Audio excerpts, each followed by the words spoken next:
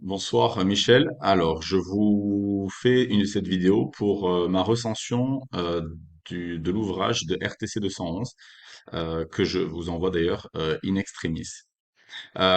L'ouvrage pardon que j'ai choisi de lire, c'est Les savoirs ventriloques ou comment la culture parle à travers la science de l'auteur Pierre Thuillier. Donc, Pierre Thuillier, c'est un philosophe français qui était né en 1932 et qui est mort en 1998.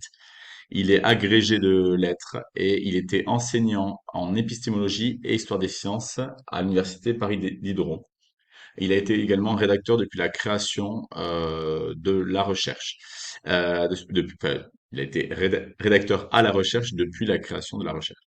Il parle dans ses ouvrages, dans tous ses articles, des rapports qu'il y a entre la science et la société et de comment notamment se déroule la découverte scientifique avec une approche d'historien. Il a surtout comme cheval de bataille le fait que la science n'est pas neutre et que plus particulièrement, il étudie les implications sociales qu'il y a autour de la science, comme par exemple dans les divers essais qui constituent Les savoirs ventriloques, le livre dont je vais vous parler.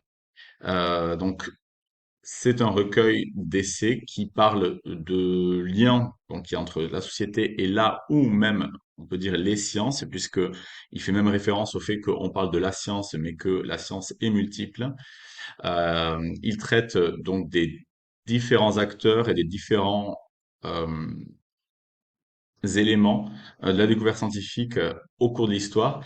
Et il en resitue l'évolution, donc des théories, l'émergence des pratiques et des recherches sur la base de facteurs qui sont externes à la science. Donc ça peut être par exemple la question du sexisme, la question du sacré dans la science, ou la science comme étant un sacré, pardon, les individualités à travers des personnages qui sont spécifiques et qui sont cités en nombre dans cet ouvrage.